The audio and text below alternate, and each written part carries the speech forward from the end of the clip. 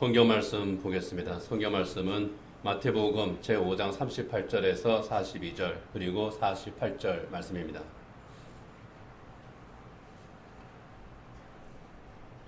제가 읽겠습니다. 하나님께서 주신 말씀입니다.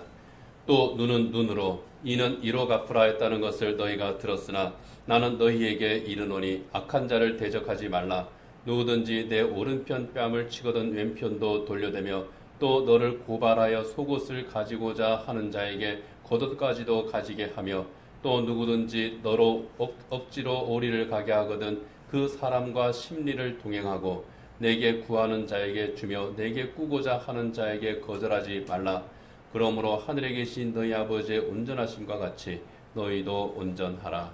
아멘. 누가복음 6장 44절에 보면은 나무는 각각 그 열매를 보면 안다. 가시나무에서 무화과를 얻을 수 없고 가시덤불에서 포도를 따지 못한다. 이렇게 예수님께서 말씀하시는 대목이 있습니다. 무화과 나무면은 무화과 열매가 열리는 것이 당연하죠. 포도나무에서는 포도가 맺혀야 됩니다. 그것처럼 그리스도인은 그리스도인의 열매를 맺어야 된다 하는 겁니다.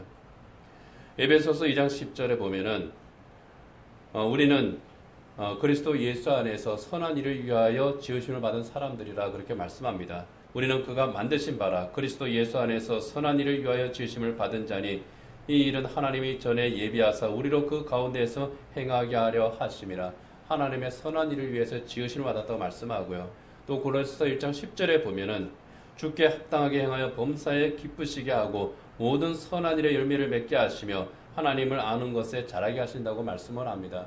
선한 일에 위하여 지으심을 받았고 또 선한 일의 열매를 맺게 하는 것, 이것이 하나님께서 우리를 구원하신 그 목적이라고 하는 겁니다. 그렇다면 우리는 그리스도인으로서 우리의 삶 속에서 어떤 열매를 맺고 있는지, 우리가 맺는 그 삶의 열매가 그리스도 예수 안에서 선한 열매인 것인지, 그리고 우리는 선한 열매를 맺기 위해서 어떻게 살아야 하는지, 그러한 것들을 생각해 봐야 될 줄 압니다. 오늘 본문 말씀은 그런 것들에 대한 우리 주님의 대답입니다. 가장 근본적인 원리에 대한 말씀이죠. 히틀러의 악행을 저지하려다가 체포된, 그래서 순교한 디트리 보네퍼라고 하는 목사님이 있습니다. 이 목사님이 옥중에서 쓴 글이 있습니다. 짧은 그 시인데, 신앙고백적인 시인데 여기에 곡을 붙였죠. 그래서 선한 능력으로 하는 그 노래로 우리가 잘 알고 있습니다. 가사가 이렇습니다. 그 선하님의 고요히 감싸여 그 놀라운 평화를 누리며 나 그대들과 함께 걸어가네.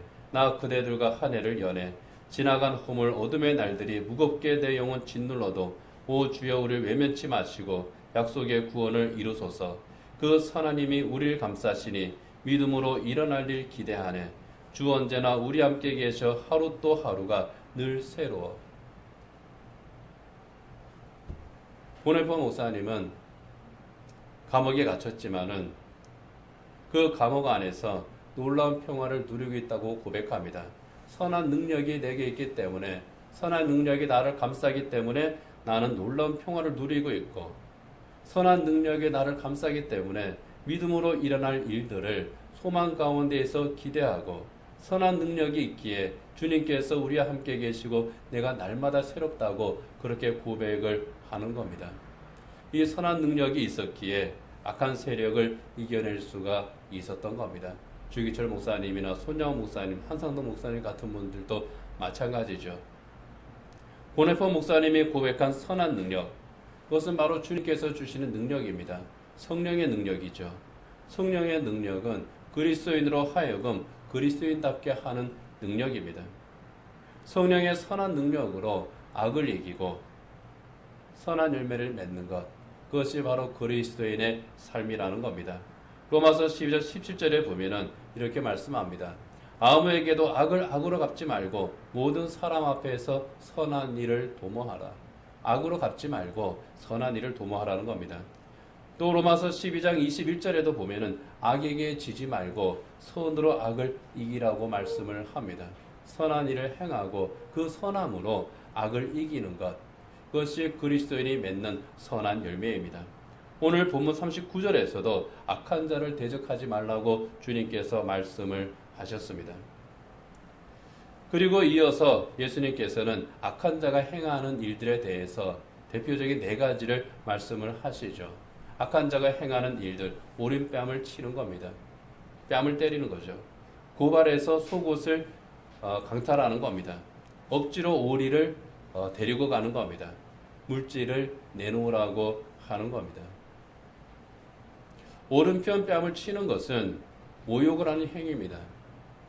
뺨을 맞으면은 기분 나빠요. 원문의 뉘앙스를 우리가 보면은 오른편 뺨을 친다고 할 때에 우리 그냥 느낌이 친다 정도인데 패는 겁니다. 원문을 보면은 아주 세게 때리는 그런 의미예요. 약하게 맞아도 기분 나쁩니다. 신학자들은 이것을 또 자기들이 막 분석을 해요. 자, 오른편 뺨을 때렸는데 왜 그것이 기분 나쁠까? 저는 그냥 뺨 맞으니까 기분 나쁜데 신학자들은 오른편 뺨을 맞아서 기분 나쁘고 모욕을 당하는 이유가 뭘까? 이거를 또 이제 역사적, 문화적으로 막 분석을 합니다. 오른편 뺨을 때리려면은 왼손으로 때려야 된다. 왼손으로 때리는 거는 중동에서는 모욕이다. 상대 모욕하는 거다. 아니다. 뺨을 때릴 때에 상대를 모독하기 위해서 뺨을 때릴 때는 왼손으로 때리지 않고 손등으로 때린다. 그 당시 관습은 손등으로 탁 치면은 이거는 아주 윗사람이 아랫사람을 아주 무시할 때 하는 행동이거든요. 그렇게 하는 거다. 또 어떤 사람은 아니다. 이거는 뒤에서 와서 뺨을 확 때리는 거다. 봉변을 당하는 거다. 뭐 그런 식으로 이제 신학자들은 설명을 하는데 그거는 이제 그분들이 하는 일이고 뺨을 맞는 거는 그 자체로 기분 나쁘고 수치스럽고 모욕입니다. 억울한 폭행을 당하는 거예요. 고발해서 속옷을 가지는 것도 같은 의미입니다. 여기에 고발한다고 하는 의미가 정당하게 고발하는 게 아니에요. 내가 죄를 지었거나 잘못을 저질러서 고발당하는 것이 아니라 모략을 당하는 겁니다. 함정에 빠지는 거예요. 법을 잘 이용하는 사람들이 또는 권력에 있는 사람들이 법을 이용해서 피해를 주는 겁니다. 그러니까 억울하게 그 송사를 당하는 거죠. 억지로 오리를 가자고 하는 것도 좋은 의미로 가자고 하는 것을 의미하는 게 아닙니다. 친구한테 저 오리만 좀 같이 가자. 저기까지만 나하고 같이 좀 가줘. 그게 아닙니다. 힘이 있는 자가 아주 강제로 끌고 가는 거예요. 일을 시키는 겁니다. 강제 봉사시키는 거예요. 그 당시 이스라엘은 로마의 식민지였죠. 로마 군인이 길 가는 사람한테 야 이거 짐 지고 가 하면 그거 지고 가야 됩니다. 또 제사장이나 사두개인 같은 또 바리새인 같은 그 당시에 귀족층, 권력층 이러한 사람들이 일을 시키면은 하기 싫어도 해야 돼요. 그런 걸 말합니다. 예수님께서 골고다 언덕에 십자가를 메고 가실 때에 지쳐서 쓰러지셨죠. 그럴 때 로마 군인들이 어떻게 합니까? 길 가던 사람 하나를 불러내죠. 구레네 시몬을 불러내서 야 네가 대신 지고 가. 그래서 그 사람이 십자가를 메고 가잖아요. 결과적으로 구레네 시몬은 예수님을 구주로 영접하게 되지만은 그걸 말합니다. 하기 싫어도 거절할 수 없는 그러한 일들. 이게 억지로 오리를 가자고 하는 겁니다. 구한다는 것도 마찬가지입니다. 물질적인 요구입니다. 돈 달라는 거예요. 경제적인 피해를 입히는 겁니다. 꾸는 것도 그냥 서로 동등한 상태에서 빌리고 갚는 그게 아니라 갚을 생각 없이 빌리는 걸 말합니다. 애들 말로 하면은 삥 뜯는 거예요. 이런 것들의 공통점, 폭력이죠. 상대적으로 우위에 있는 사람들이 행하는 폭력입니다. 언어의 폭력입니다. 정서적인 폭력이고요.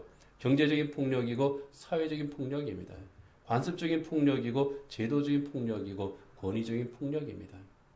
강한 자가 약한 자를 상대로 해서 행하는 폭력. 그런데 약한 자는 그것을 감수할 수밖에 없는, 특히 초대교회의 모습이 그랬죠. 기독교인들은 철저하게 약자였습니다. 핍박을 당했던 그런 사람들이 기독교인이었습니다. 핍박을 당해도 저항할 수 없는 그런 사람들이 그 당시에 기독교인들이었습니다. 예수님께서는 이렇게 폭력을 행하는 자들에게, 그 악한 자들에게 대적하지 말라고 말씀하시는 겁니다. 악한 자를 대적하지 말라고 하시는 이 예수님의 말씀은요, 내가 힘이 없으니까, 대들어봤자 내가 건질 게 없으니까 악한 자의 그 악행을 피하거나 또는 그냥 따라주거나 타협하라, 굴복하라, 그런 의미가 아닙니다. 예수님께서 악한 자를 대적하지 말라고 하는 것은 그 악한 일에 저항하지 마라, 그런 뜻은 아닙니다. 잘못된 일이 있으면은 바로 잡아야죠. 그게 또 복음의 원리이기도 합니다. 하나님께서는 악을 미워하시기 때문입니다. 예수님께서도 악한 자들에 대해서는 분노하셨습니다. 사도 바울도 악한 일에 대해서는 침묵하지 않았습니다. 예수님께서 말씀하시는 것은 이 세상의 악에 대해서 눈을 감으라 하시는 것이 아닙니다.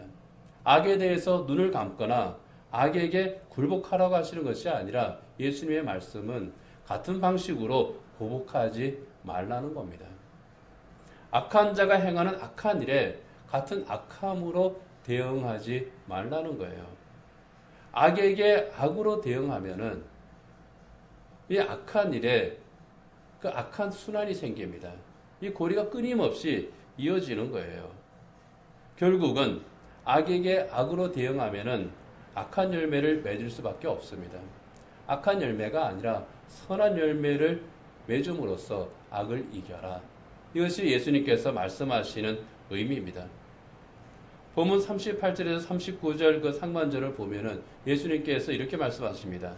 또 눈은 눈으로 이는 이로 갚으라 했다는 것을 너희가 들었으나 나는 너희에게 이르노니.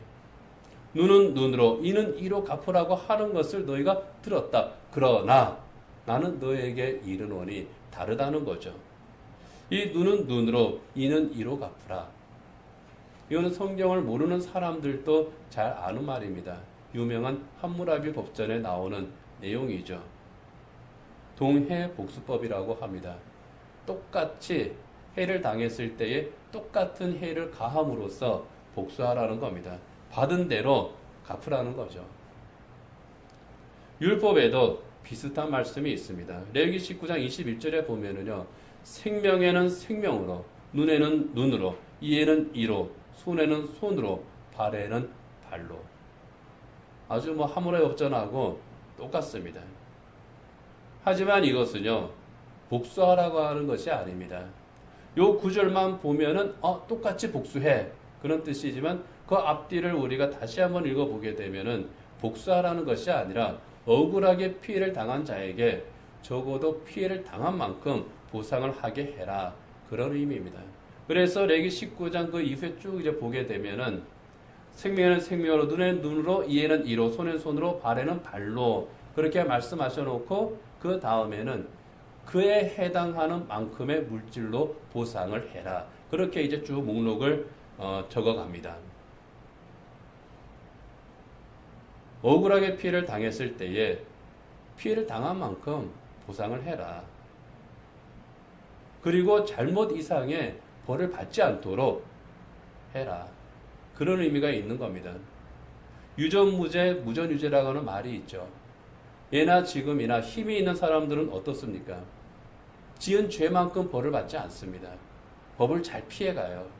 그렇지만 힘이 없는 사람은 어떻습니까? 지은 죄보다 더 크게 벌을 받거나 억울하게 벌을 받는 경우가 많습니다. 그런 일이 없게 하라는 겁니다.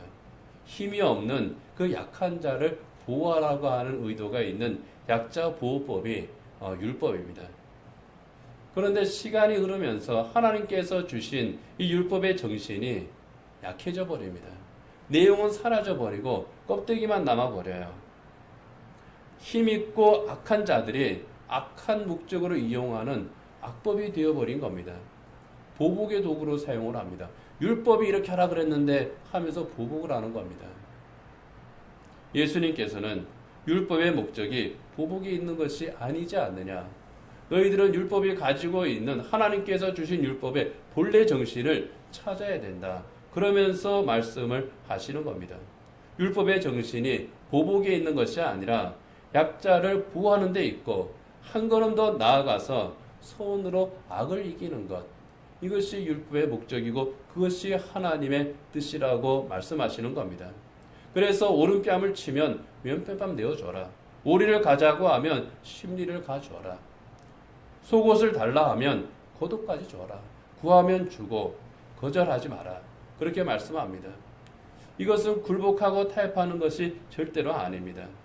그렇게 함으로써 미움이 미움을 낳고 증오가 증오를 낳고 폭력이 폭력을 낳는 그 악한 고리를 끊으라는 거예요. 복수로서 이기는 것이 아니라 선으로서 악을 이기라고 하는 겁니다. 사실 오른편이든 왼편이든 뺨을 맞고서 반대편 뺨을 대어주는 거 쉬운 거 아닙니다. 이쪽 뺨을 맞았는데 왜 또 때리라고 뺨을 대줍니까? 바보죠. 강제봉사를 시키는데 즐겁게 하는 것, 그것도 쉬운 거 아닙니다. 투덜거리죠. 억울하게 송사를 당하고 가진 것을 빼앗기는데 누가 그것이 기분이 좋겠습니까? 쉬운 거 아닙니다. 그러나 예수님께서는 그렇게 하라고 말씀을 하십니다. 대주고 내어줘라. 그렇게 함으로써 악의 순환고리가 끊어진다면 너희는 그렇게 해라. 이것이 주님의 말씀입니다. 실제로 예수님께서는 주님께서 하신 그 말씀을 십자가에서 실행하시죠. 그렇게 함으로써 인류를 확 옥죄고 있던 거대한 악의 순환고리를 끊어버리십니다. 손으로 악을 이긴 것이 주님의 십자가 아닙니까? 예수님께서 잡히셨을 때를 우리가 한번 생각해 보면은요. 예수님께서 악한 무리들에게 잡혔습니다. 가룟 유다가 데리고 온 이 악한 무리들에게 잡혀서 가야바의 뜰에서 정말 엉터리 재판을 받습니다. 그때 어떻게 합니까? 그들이 예수님을 조롱하고 예수님의 얼굴에 침을 뱉습니다. 빌라도의 법정에서 로마 군인들은 어떻게 했습니까? 가시면류관을 만들어서 예수님 머리에 씌우고요. 채찍으로 때리고 예수님의 옷을 찢습니다. 억지로 십자가를 등에 지고 골고다 언덕을 오르게 하고 마침내 십자가에 못 박았습니다. 악한 자들이 행한 악한 일입니다. 때리고 뺏고 찢고 억지로 십자가를 지게 하는 이것이 예수님께서 말씀하신 그것과 참 비슷합니다. 그런데 예수님은 어떻게 하셨습니까? 그들에게 보복하지 않으셨잖아요. 겟세마네 동산에서 가룟 유다가 데리고 온 무리들이 예수님을 잡으려 했을 때에 베드로가 저항합니다. 칼을 꺼내서 말고의 귀를 자릅니다. 절대로 우리 선생님 데려갈 수 없다. 그때 예수님 뭐라고 합니까? 칼을 거두라고 말씀합니다. 내가 저들을 물리칠 능력이 없는 것이 아니라고 말씀합니다. 이것이 하나님의 뜻이라고 하시면서 그들에게 순순히 붙잡혀서 가야바의 뜰로 가셨고 십자가의 길을 가셨습니다. 그들이 행한 악을 그대로 되갚지 않으셨죠. 오히려 십자가 위에서 우리 예수님 어떻게 하십니까? 누가복음 23장 34절에 보면 예수님께서는 십자가 위에서 이렇게 기도하십니다. 아버지 저들을 사하여 주옵소서. 자기들이 하는 것을 알지 못함이니이다. 저들의 죄를 용서해 주십시오 하는 겁니다. 자기들이 하는 것을 알지 못합니다. 그들을 품습니다. 손으로 악을 이기신 거죠. 예수님께서는 그렇게 기도하심으로 그 악한 자들의 악행에 그 악으로 갚지 않으심으로 악의 순환고리를 끊으셨습니다. 그렇게 하심으로 구원을 완성하셨습니다. 베드로 사도는 이 장면을 이렇게 묘사합니다. 베드로전서 2장 22절 이하에 보면은요. 그는 죄를 범하지 아니하시고 그 입에 거짓도 없으시며 욕을 당하시되 맞대어 욕하지 아니하시고 고난을 당하시되 위협하지 아니하시고 오직 공의로 심판하시는 이에게 부탁하시며 친히 나무에 달려 그 몸으로 우리 죄를 담당하셨으니 이는 우리로 죄에 대하여 죽고 의에 대하여 살게 하려 하심이라. 그 모든 죄를 그 십자가에서 그 몸으로 담당하셨다는 겁니다. 그 악을 예수님의 그 십자가에서 예수님의 몸에서 스톱시키셨다는 거예요. 악을 악으로 갚으려 하지 않으시고 그들의 모든 죄와 악을 담당하심으로 예수님에게서 스톱시키심으로 죄에 대해서 죽고 의에 대해서 살게 하셨다는 겁니다. 악의 고리를 끊어버리는 용서의 십자가, 화해의 십자가가 바로 예수님의 십자가였습니다. 선한 능력으로 악을 이기고 선한 열매를 맺으신 것이 예수님의 십자가였습니다. 그 십자가에서 맺혀진 열매, 죄에서 구원받은 우리가 바로 그 주님의 열매, 선한 열매입니다. 선한 열매가 되었기에 또 우리는 구원받은 그리스도인으로서 다시 선한 열매를 맺어야 할 사명이 있는 겁니다. 이 선한 열매를 맺는 삶을 사는 것, 이것이 그리스도인의 삶일 때에 이 선한 열매를 맺기 위해서 우리가 가져야 될 능력이 있죠. 그것이 바로 선한 능력입니다. 그러나 안타깝게도 인간에게는 선을 행하고자 하는 의지는 있지만 그게 참 쉽지 않습니다. 어떻게 해야 되는 건지는 알기는 아는데 실제 삶에서 예수님처럼 참 할 수 있는 그런 힘은 또 우리에게는 없습니다. 우리보다 더 훌륭한 믿음의 사람 사도 바울도 그런 자신이 없었습니다. 그래서 로마서 7장 18절에서 이렇게 고백합니다. 내 속곧 내 육신에 선한 것이 거하지 아니하는 줄을 아노니 원함은 내게 있으나 선을 행하는 것은 없노라. 알긴 아는데 나도 이게 제대로 안 됩니다. 그렇게 고백을 하는 겁니다. 생각은 쉽지만 실천이 참 어렵습니다. 우리 안에 있는 옛사람의 본성이 우리로 하여금 선한 열매를 맺는 것을 방해하기 때문입니다. 그리고 이 세상을 살아가면서 참으로 이렇게 선한 열매를 맺기 위해서 선한 일을 하는 것, 많은 손해를 감수해야 되는 일입니다. 바보가 아니면은 할 수 없는 그런 일들을 우리가 해야 됩니다. 그래서 어렵습니다. 그렇기 때문에 우리는 기도해야 되는 겁니다. 날마다 성령께서 우리의 그 연약함을 도와주시기를 기도해야 되는 겁니다. 내가 안 되니 성령 하나님 저를 붙들어 주십시오. 저를 인도해 주십시오. 손으로 악을 이기는 선한 열매를 맺는 삶을 살 수 있도록 해 주십시오. 갈라디아서 5장 12절 말씀처럼 성령을 따라 행하는 것. 그렇게 함으로써 성령을 따라 행하기를 정말 힘쓰는 것. 이것이 그리스도인의 삶이라는 겁니다. 내 능력이 아닙니다. 성령께서 주시는 선한 능력으로 악을 선으로 이길 수가 있는 겁니다. 그렇게 할 때에 예수님께서 십자가에서 악의 고리를 끊으신 것처럼 손으로 악의 고리를 끊을 수가 있습니다. 우리가 해야 할 선한 일, 우리가 맺어야 할 그 선한 열매, 참으로 우리를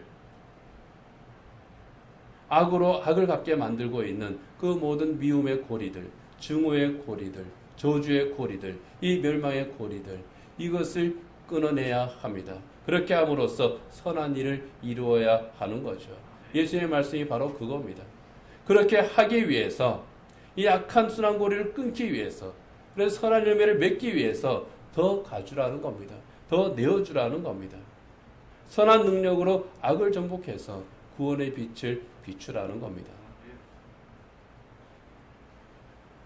우리가 잘 아는 이삭의 이야기가 있습니다. 이삭이 그랄이라고 하는 지역에 거주할 때 일입니다. 그곳은 블레셋 사람들의 지역입니다. 블레셋 사람들이 이삭이 이게 잘 나가니까 이삭이 가지고 있던 우물들을 흙으로 메워버립니다. 이삭의 아버지 아브람 때부터 파져 있던 참 오래된 우물들입니다. 그런데 그것을 흙으로 다 메워버려요. 여기에서 떠나라는 거죠. 분명히 이삭에게 소유권이 있는데 여기서 떠나라 하면서 악행을 저지릅니다. 이삭이 어떻게 했습니까? 다른 곳으로 가죠. 그곳에서 우물을 팝니다. 물이 솟아요. 블레셋 사람들이 또 쫓아옵니다. 이 우물 우리한테 내놔. 강탈합니다. 이삭이 우물을 양보하죠. 다른 곳으로 옮겨갑니다. 또 우물을 파요. 블레셋 사람들이 또 쫓아옵니다. 또 빼앗습니다. 우물을 또 주고 다른 곳에 가서 또 우물을 팝니다. 소유권을 주장할 수 있지만 다투지 않습니다. 싸울 수도 있지만 그들과 싸우지를 않습니다. 그들이 행하는 악을 악으로 갚지 않았습니다. 손으로 대했을 때에 블레셋의 왕이 찾아옵니다. 화해를 요청해요. 아무리 박해를 하고 괴롭혀도 자기들처럼 보복을 하지 않으니까 이 이삭에게 도리어 두려움을 느꼈습니다. 사실 이삭에게는 보복할 수 있는 힘이 있거든요. 그 아버지 아브라함이 그 소돔과 소돔 땅에 살고 있던 조카 롯이 납치당했을 때에 자기 집에서 기르고 있던 그 사병들, 그러니까 말하자면 자기 집안 경비대라고 해야 되나요? 그 사람들을 데리고 가서 아주 더러 되찾아왔거든요. 무력이 있습니다. 그런데 무력을 행사하지 않는 거예요. 자기들처럼 보복을 하지 않으니까 도리어 두려움을 느낍니다. 저게 왜 저러지? 우물을 빼앗으면 자기들이 이긴 것인 줄 알았는데 가는 곳마다 새 우물을 파고 새 우물에서는 또 계속 새로운 샘물이 솟습니다. 힘으로 할 수 있는데 왜 안 하지? 그리고 저렇게 쫓겨갔는데도 그곳에서 또 계속 새 우물을 팔 때마다 샘물이 솟아나지? 야, 저 인간에게는 우리가 알지 못하는 힘이 있구나. 하나님께서 보호하고 계시는구나. 이것을 느낍니다. 이삭의 것을 빼앗을 수는 있지만 우리가 이삭을 결코 이길 수가 없구나.